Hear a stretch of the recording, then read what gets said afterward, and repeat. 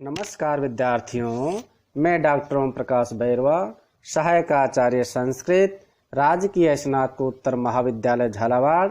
आज हम महाकवि कालिदास विरचित अभिज्ञान शाकुंतलम नाटक के द्वितीय अंक का अध्ययन करेंगे।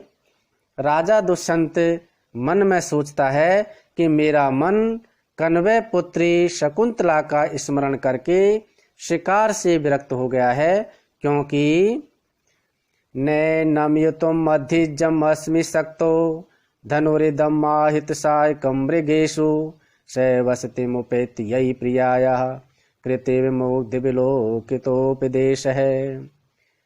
नैनमयुतम अधिजम अस्मि शक्तो धनुरिदम आहित सायकम मृगेषु शैवसतिमुपेत यही प्रियायाः कृत एव मुग्ध विलोकितोपदेशः। अब पद विच्छेद देखिए। नमयितुम अधिजम अस्मि, तो नमयितुम अलग हो जाएगा, अधिजम अलग हो जाएगा, अस्मि अलग हो जाएगा। शक्त हो विसर्ग का वो हुआ तो वापिस शक्त है हो जाएगा। धनुर इदम आहित सायकम, इसके पद विच्छेद करेंगे तो धनु इदम आहित सायकम। शैवस्तिम उपेत्य के करेंगे तो शैवस्तिम उपेत्य अलग हो जाएगा। मुग्ध विलोकितोपदेश के करेंगे तो मुग्ध विलोकित उपदेश है, तय का ए और उपदेश का उ मिलकर के गुण संधि से इसमें ओ हो गया है।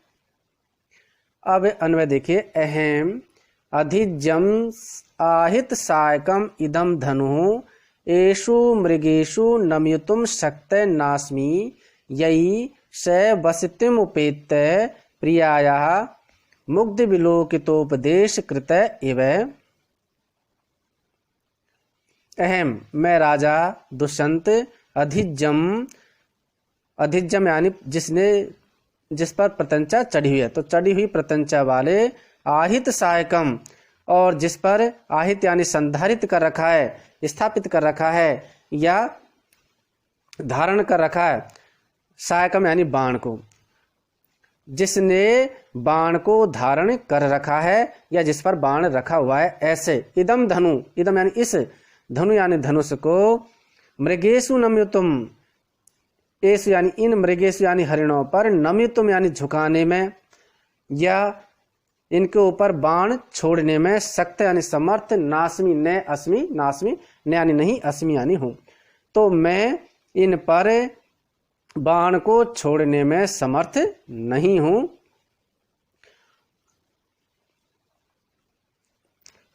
तो दुष्यंत कहता है कि अधिजम आहित सायकम इदम, अधिजम यानी चढ़ी हुई प्रत्यंचा वाले, आहित सायकम जिस पर कि बाण को धारण कर रखा है या रख रखा है, ऐसे इदम धनु, इस धनुष को, येषु मृगेषु इन हरिणों पर, नमितुम यानी छोड़ने में, शक्त यानी समर्थ, नास्मि यानी न यानी नहीं, अस्मि यानी हूं, मैं समर्थ नहीं हूं।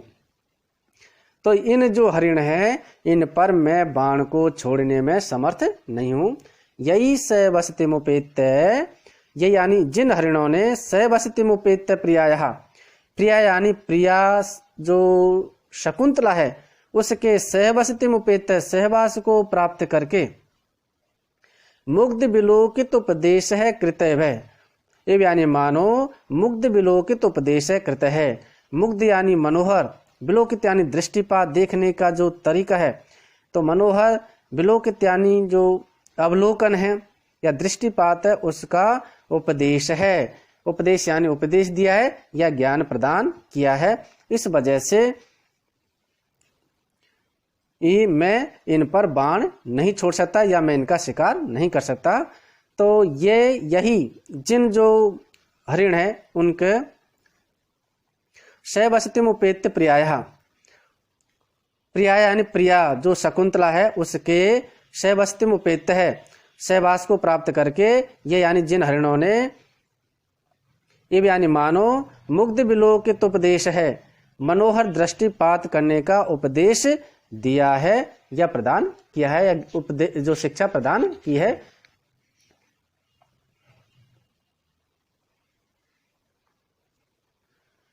कृत एवं मुग्ध विलोकित उपदेश है, यहाँ पर कृत्य में उत्प्रेक्षा अलंकार है। और जो प्राचीन काल में जो नायिकाएं होती थी उनके जो नयन होते थे उनकी उपमा हरिणों से दी जाती थी। जैसा कि जो श्री रामचंद्र जी भगवान जब सीता को खोजते हुए जंगल में भ्रमण करते हैं तब उनके वियोग में वो हर वस्तु से पूछ रहे हैं, हे खग मृगे हे मधुकर श्रेणी, तुम देखी सीता मृगनैनी।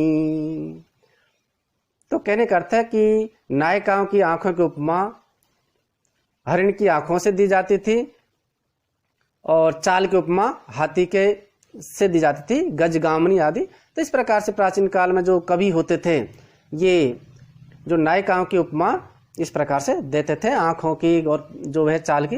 तो यहाँ पर भी जो शकुंतला है उसने जो हरिण है उनके नेत्रों से उनकी तरह ही दृष्टिपात करना सीखा है। और साथ में ये भी कवि बताना चाहता है कि जो शकुंतला है उसकी जो आंखें हैं वो हरिणों के जैसी है।